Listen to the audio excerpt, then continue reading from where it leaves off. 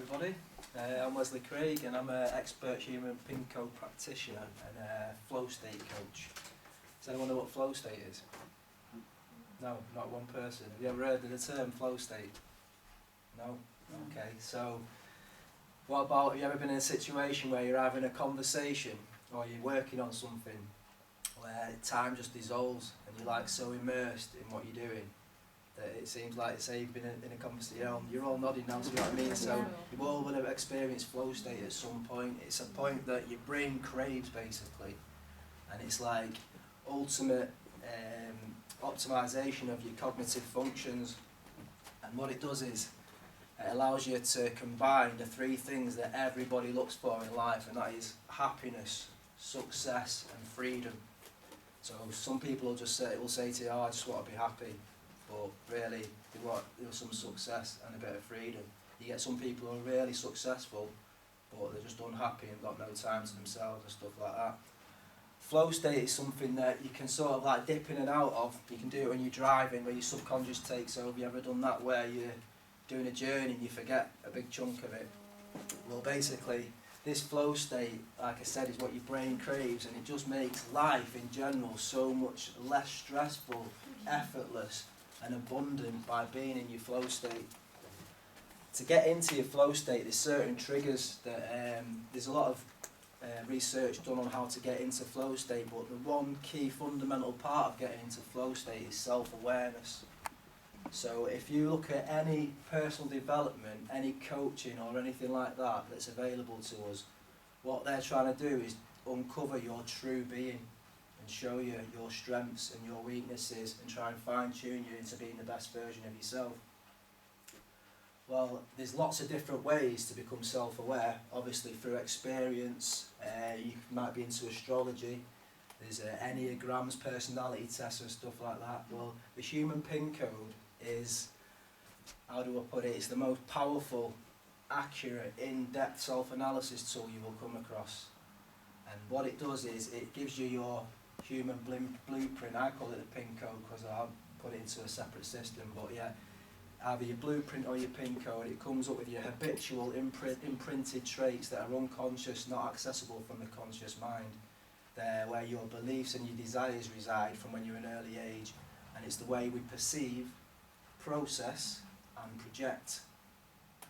So basically, any results you get in your life are all determined by how you perceive a situation or person or environment, how you process it and understand that what you've perceived, and then how you behave or project or respond to that situation. That will determine the results you get. So that being said, if you're always responding with a reactive trait to certain situations and it builds up as a habit, and you start reacting the same way to all different similar situations, then you're going to get the same results. If you can jump in the gap, which is what I like to call it, is when you perceive something and then respond to it. There's about a 7-second gap where your subconscious takes it in and then you respond to it. Just by seeing your blueprint and your unconscious programming, it allows you to jump in that gap automatically. It's just a shift in awareness. So basically what happens is you have active and reactive traits and certain attributes and characteristics. It's not saying that's exactly what you're like, it just gives you what's available to you. So it's like having a pack of playing cards. So for example, you've got, let's say, a public persona, which is your general tone, your personality, that has like 10 active and 10 reactive playing cards or traits. Depending on the situation, person and circumstance will depend on which of those traits you play. You might never play any of the reactive ones, depending on the type of person you are. But again, it's good to see what's available to you. And you can also see if you have been using some of your reactive traits and when to rein them in and start using your active traits. So what I'm going to do now is I'm just going to go through the system a little bit to give you a little idea of how it works and what you can get out of it. Obviously, if I was doing this properly, I'll do it a one-to-one session, more individual. I'd take your date of birth and really go in depth with it, but this is just a talk on the general gist of it. So I'll just go through it now. I did have a pen, there it is. So, does anyone know what, so we established what flow state is. Do you know what cognitive dissonance is? Anyone heard that? Don't know one more. Do you want to try and explain what that is, or do you have an idea? Because there's loads of different interpretation, but I think it's something like when you, for example, you're conditioned that a cow is brown or white with black patches, and if you see a purple cow, it is a cognitive dissonance because you can't put it in a box, you can't make sense of that. yeah, that's one interpretation of it. The most simplest interpretation is cognitive being how the brain functions, thinking and stuff like that. Dissonance refers to music, which is like when something's out of harmony. So the best way to explain cognitive dissonance is an inconsistent thought, behaviour, attitude patterns, and that happens purely through life, social media, mainstream media, propaganda systems, just like going about life causes, and also the different perspectives. You'll notice there's so many different takes on personal development, on growth, spirituality, from like religion, science, spirituality perspectives, that it causes a cognitive dissonance, because one minute you're thinking, oh, this is for me and that's what it's supposed to be, next minute it's something new or there's another interpretation of it. But let me tell you, that cognitive dissonance is what causes separation, and they're all trying to say the same thing, is that everything's connected. So it's like, that's where there's a bit of a catch-22 situation, because they're all trying to send this message out that everything's connected and we're all one, but there's so many different interpretations that it's making people separate and have different opinions and beliefs. If I can tell you one thing, just believe in yourself and just look at this now and see how we're all individual, we all have the same power, and we all have certain imprinted traits that we need to make to the best of our ability, basically. So, and cognitive dissonance, by the way, is the opposite end to flow state. It's where everything's a struggle because you're like inconsistent with your thoughts and stuff like that. So everything isn't in sync and in flow. So to go from cognitive dissonance to flow and flow state, there's many triggers. One of the main triggers is doing something you love. So if you're really like loving what you do, whether it be your job or a project or whatever, then you can easily hack that flow state and be in it. What happens then is we come out of it and then go back into our everyday lives and get back into a struggle. But the more you're in flow state with what you love doing and you understand what flow state is, there's like a tipping point. So if the more say like you're in flow state 8 hours a day in your job, most people aren't, not a lot of people aren't in flow state 8 hours a day in a job, but the more, say if you are, then you're more likely to be in flow in the rest of your life and stay in that. It's just a chemical reaction in your brain. It's like going from thinking about everything and overthinking to just relaxing and letting your subconscious take over. And it's usually something that you've practiced or good at. That's why it happens when you're speaking, because it's something you're used to doing and you can do when you're in a conversation. So, like I said, the key to all of this and flow state and getting into a more abundant and effortless life is self-awareness. And I'm just going to show you how in-depth this human pin code is. So it starts off with 3 personas. I like to call the first one the mask, which is your personality, general tone, front door to you. Have you ever heard someone say that your energy introduces you before you even speak? Well, that's what that is there. Some people will actually project that and behave like that and interact like that. A lot of the time they just have this mask on when they're out and about. The next one, so I call that the public persona.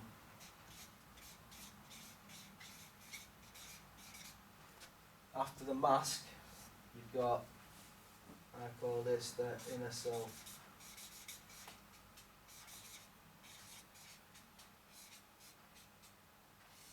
The inner self is your personal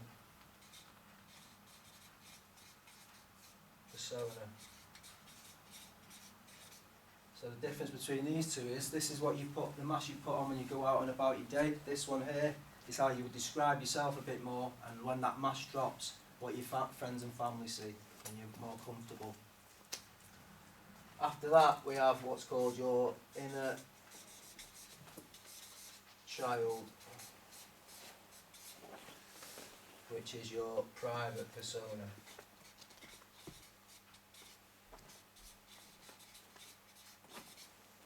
Private persona, this one here is it's called the inner child because it's the traits you were born with, your deep-rooted true being. that is often suppressed by this mask and this inner self. The only way it's not suppressed or expressed is if you've got a similar number in one of these in your date of birth. So basically how we calculate these is all revolves around your date of birth. So let's just for example say we have the 8th, the 6th, 1982. What we do is there'd be calculations to figure out your mask, your public persona, your inner self and your child, and what it does is it crunches it down to a single digit, and that single digit, obviously only being from 1 to 9, will have an element and essence attached to it. Element being fire, water, earth, air. Essence being, for example, the 1 being the first number in the sequence would be the leader. The 2 would be a nurturer, caring number. These are the essences of the numbers. A 3 is the organizer. A 4 is like the integral performer. A 5 is the inventor and always on the move, pioneerish type person. Can't pin him down. And then 6 is compassionate, charismatic, all about love, warmth. 7 is quite a deep spiritual number. And 8 is the Rocky Gibraltar, strong number. And 9 is the pure child essence. So once we've figured out which number you have in these, once we've done the maths depending on your date of birth, will tell me what traits are attached to the element and essence in this one. So for example, if this one's a 1 and your public persona is a 1, they like to be their own boss, they're a leader, do their own thing, they like to be in control. If they're a 2, they're a caring person. If they're a 3, so on as they're going through the essences then. Same on the inner self. They'll have a different, they might have the same number, but if they've got a different number, so they could be the leader on the mask and then they could be the carer on the inner self. Again, we do some more maths and we find out what the inner child is. Again, that'll have a number. Let's say, for example, this was the 7. So basically, what happens is, obviously, we're projecting usually the mask and the inner self at most times of our life. This only comes out when it has to, when it really needs to. Like I said, we hide it from these two unless you have the same number in here as one of these two, which means you're doubly projecting that element or essence. It's easier for you to be like that because you've got it twice in there. And what you'll find is a lot of successful, fulfilled people that seem to, you know, you get them people where everything seems to go right in the line. They basically are most likely to either have the same number in their inner child as their mask or their inner self, so it's easier for them to be like that, or they just don't allow these to suppress their true being. And that's where your strengths lie, that's where your purpose and your path is. And I believe that we're like part of nature, and nature's laws are to grow and contribute, so we're all here to grow and contribute, which means finding your path and your purpose so you can add value to other people in the world. After these personas comes influences. Your influences can override some of the traits within these, but they are, just like I say, certain influences in certain situations. And your first one is your social awareness or consciousness. And that is how you just deal with people in a social situation on a superficial level. So for example, you might have an 8 here in your mask, which means you're very strong, Rocky Gibraltar, show no weakness. You might have a 5 here that can chat to anyone, you know, likes to be on the move. But then when you come to your social consciousness, you might have a 2, which like, the 2s are emotional, quiet, keep themselves to themselves. So although you've got them traits and them characteristics, at certain times you might be in a social situation where you just shy away from it, depending on the people or the situation. And the idea behind this as I'm going through it is to understand the positive and negative, or active and reactive sides of each number. After your social consciousness, you have your global consciousness. awareness. And this one is based on the year you were born, so anyone in that year, born in 1982 or whatever year you're born in, will all be remembered for being a certain type of way. This is like the only one out of the system that actually generalises a bit, but it'll resonate with you. So let's just try it out. Is any, what year are you born? 73. 1973. Yeah. So that gives me, let me just do the maths.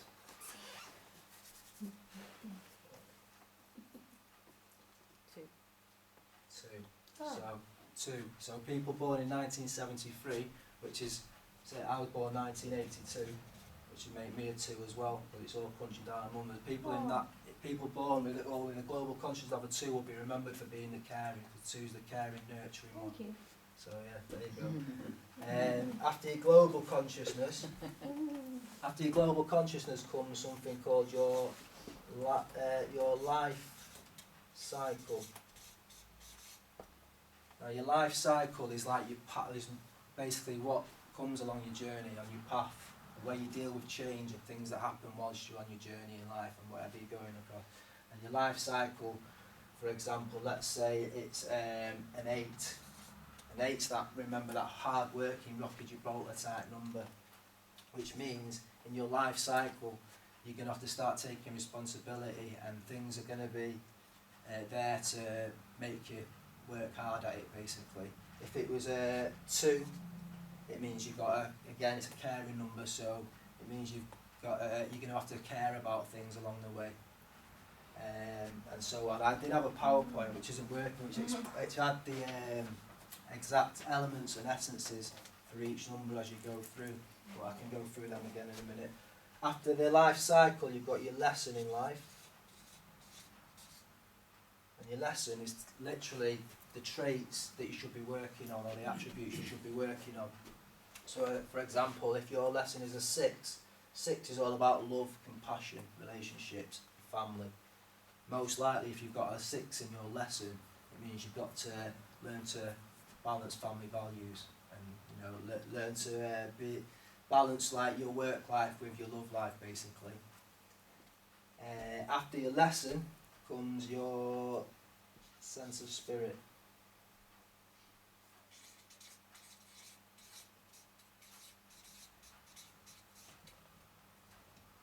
Now your sense of spirit is literally how we go about things, like in the spur of the moment sort of thing. So if you've heard anyone ever say, "Oh, I just did it in the spirit of things," that's what that is there. So it's like something where you're in the moment. It's just the way you go about something, or so you've got to take control of a situation.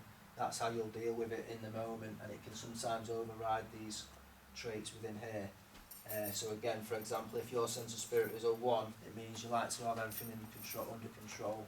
If your sense of spirit is a 2, then you'll always be caring about things. You're probably likely to do the pots at someone else and stuff like that. And what this does is, it literally gives you your blueprint and allows you to not only understand but appreciate yourself for who you are and what's available to you, but also other people, where that starts bringing in compassion for other people and understanding and appreciation for other people, because it's okay understanding, because understanding happens in the mind. It's alright with giving you the knowledge and the information and you can understand it, but that only happens in the mind. You've got to actually appreciate the information and the knowledge, and it's not even something you have to believe in, it's something you just have to experience. Just take a look at your blueprint and other people's to compare it, so you can see how the difference is between them, and then you can, like I said, understand yourself, your strengths, your path, what you should be doing, what excites you. But not only that, you can be less judgmental towards other people because their traits are imprinted, and obviously they're just going about their life, and we all have choices, but we don't realise that a lot of our responses are habitual, just built up as habits, so we're always doing the same, responding the same way. And this is literally a trigger to just rein that in, and again allow you to jump in that gap before you respond with stuff. What else was there? So basically, yeah, like I said, I had a PowerPoint, but it's not working, so I'll just go through it on here quickly.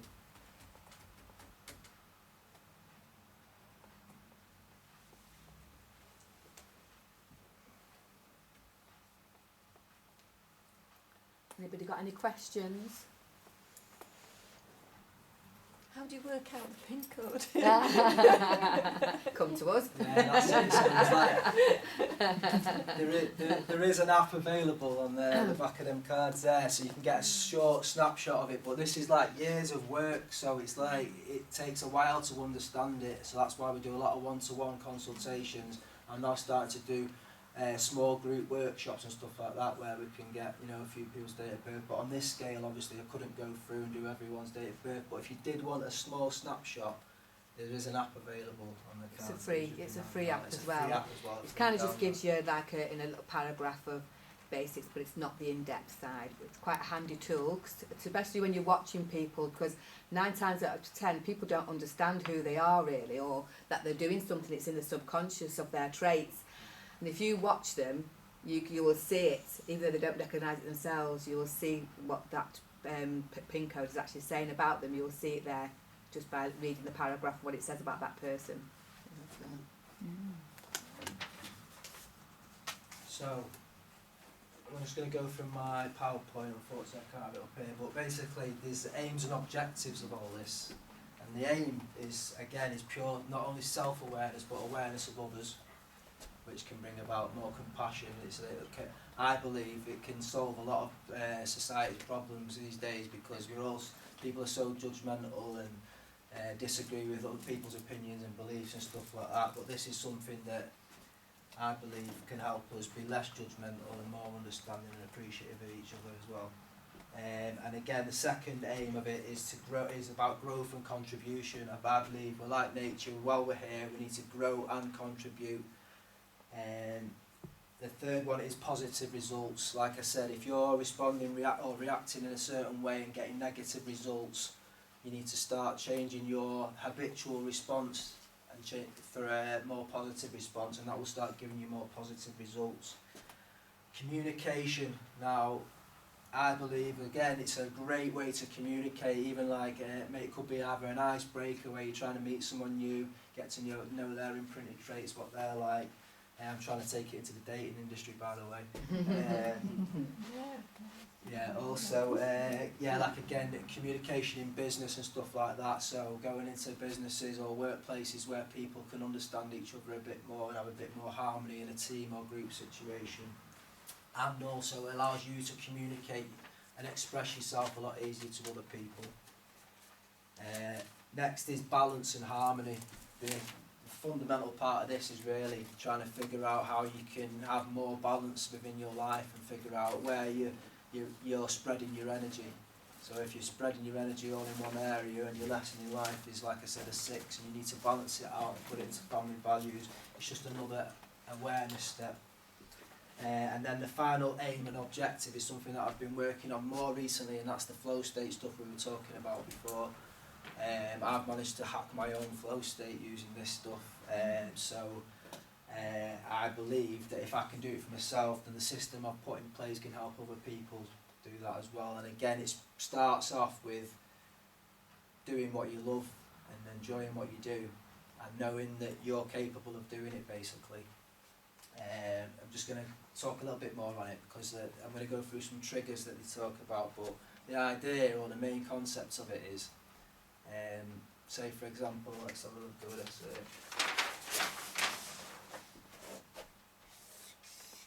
So basically, this is low, this is high, and this is high. This is skill, talent, and this is challenge.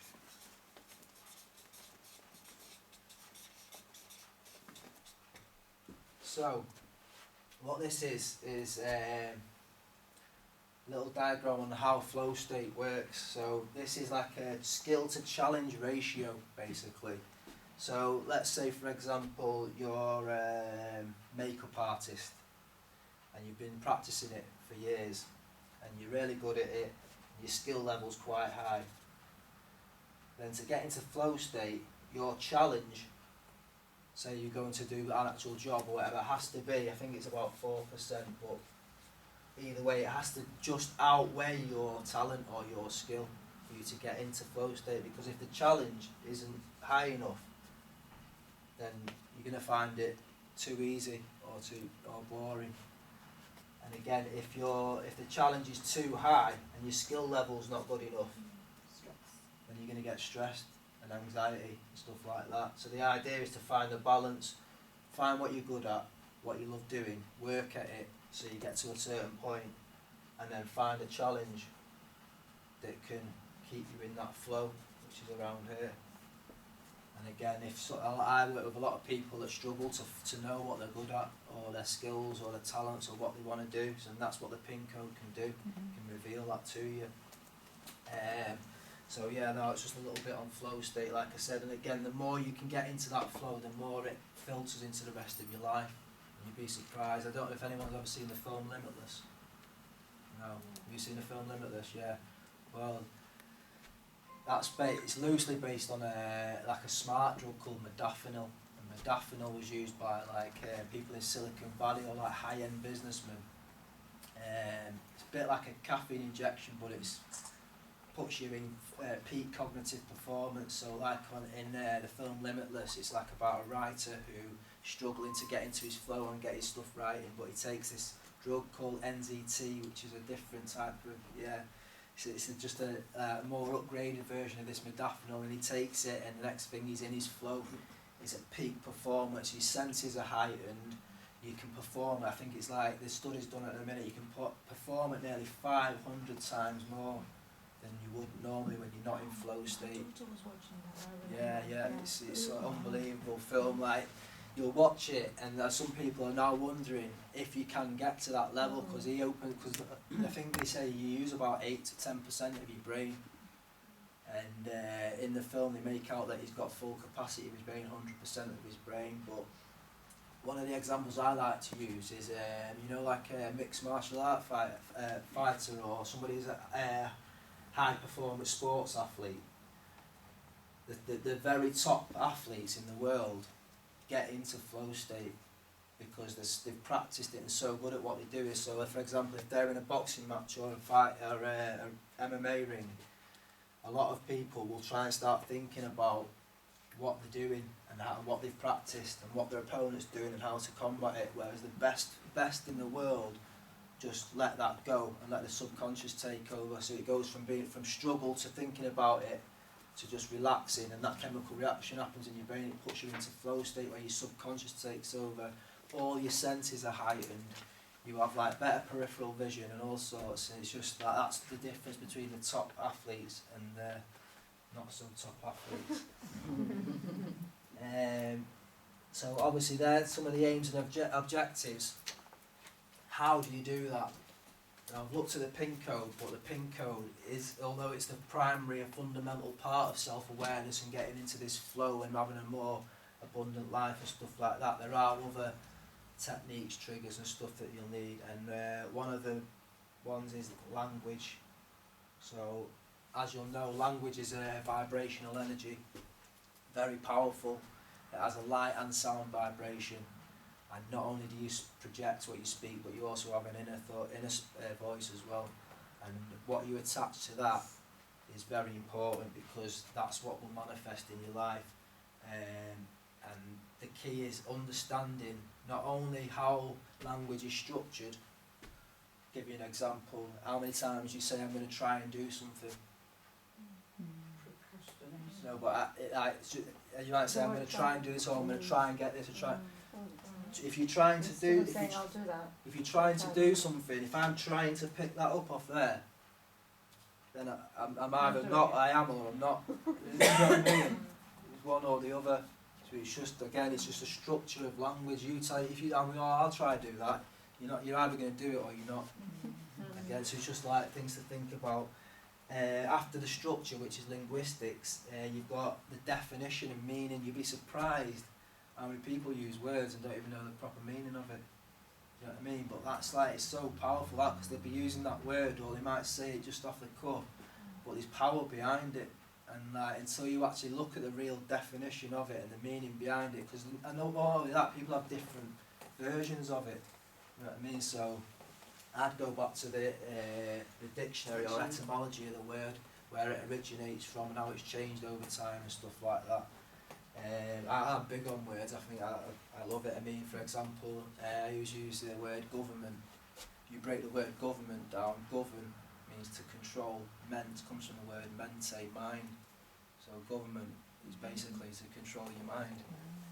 Yeah, it's just like I could go on for about that stuff. That's another topic. Don't say that word, ever. Don't say that word. So yeah, after the etymology and the linguistics and the definitions and stuff like that, what's another massive part of language is body language. Now body language, they reckon, this research done, it's like the trigger to your subconscious. So I'll give you a few examples.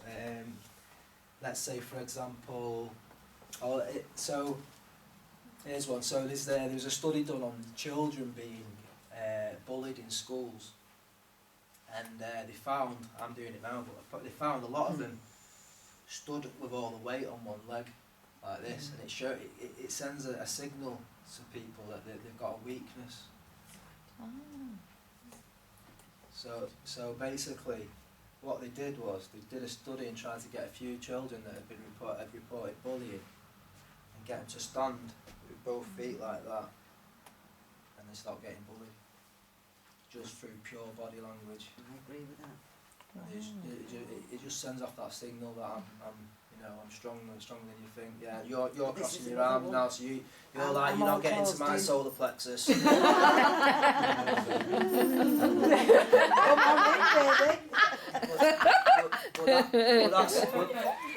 But that's another massive. I mean, I used to do that all the time. Yeah, you know. I Do you know what that is? That's like, I'm closed. I don't want you to hear me. Yeah. Yeah, and yet, ironically enough, my ears are wide open. And I'm just gonna touch on something here, because this is Shirley. I did Shirley's reading before, and Shirley, basically, it's just basically she's the life and soul of the party is her traits, her inner self that I talked about before. Yeah, it's really weird, because I do sit like sometimes completely rattling. We've established you've been using your, rather than them active soul, life and soul of the party, you've been using your reactive traits, haven't you? I have. And you're using it now because you're not open, you're not closed. But just by that, when I said to you before, and I read it, you need to get yourself out there and start socialising and stuff like that. Even if you're out socialising and you stood like that, no one's going to come and speak to you. It's a bad sign, yeah. No one's, they're not open to you. But again, that's just other little bits to do with body language. So there was a TED talk about a woman who does a good TED talk, on body language, and she said that changed her life as well. Just got from going like that all the time to just being open. Yeah. The amount of people that came and spoke to her and stuff like that was totally different. Well, it's that I'll stand on one leg. It's how we communicate. If you go into a bar, it's such a massive part of communication. If you go into a loud bar and go and ask for, and you go to the bar and you can hardly hear, and you go like that to the barman or lady, and you go, can I have 3 gin and tonics, please? How many are they going to get? 2. You know what I mean? That's that. They're going to go off that straight away. The body language. They're not going to hear. They're not going to hear. Yeah. So again, so that's another thing, and again, it gets a massive part of how we communicate. So going from language onto the mind. So the mind is what I deal with. I like to see myself as, like, you get personal trainers at the gym, get your muscles big and all that. Well, I like to be a personal trainer for the mind, because I've got so much knowledge and information that I could talk about this for hours. But the mind is literally breaks down into 3 parts. You've got your conscious, which deals with logic and reason, and keeps you in the present moment. And you've got your subconscious, which deals with images and emotions, and it's where memories are stored. So when you have a situation or a circumstance where you've had to react and you've had a bad outcome, then that gets imprinted on in your subconscious, and then you're most likely to recall that in another situation and then respond in the same way. After the conscious and subconscious comes your unconscious, and that's where your programming is that we talked about before, the imprinted traits and stuff like that. and a lot of your beliefs and desires will come from there without you even knowing it, because obviously when you're growing up as a child as well, your subconscious is open to everything. That's how you'll start to learn and stuff like that, and get some of your beliefs. Then the system on a whole deals with what state we're in. So if I was doing like a one-to-one consultation with my system here, I'd look at what state we're in. We're all in a state of aliveness, asleep, or awareness. And then I look at how we produce our reality, which is what I talked about before, the projection, the perception, the processing and the projection. And then I look at the self-awareness, self-discovery, self-actualisation and self-mastery, the difference